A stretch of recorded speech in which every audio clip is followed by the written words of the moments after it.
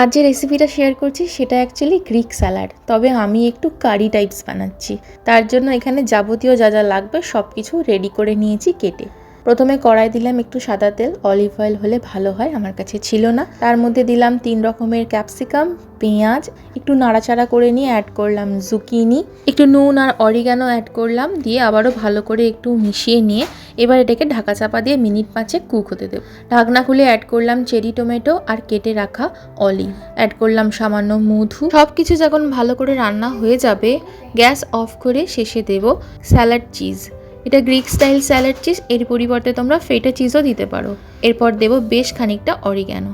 আমি রিওটা তুলে নিয়েছি, একটু ঝাল ঝাল হবে বলে কাঁচা লঙ্কা অ্যাড করলাম, এটা অপশনাল।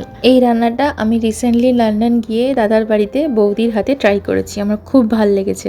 তাই সব কিছু উপকরণ নিয়ে এসে আজকে ডিনারে ভাতের সাথে খাবো বলে আমরা রেসিপিটা ট্রাই করলাম।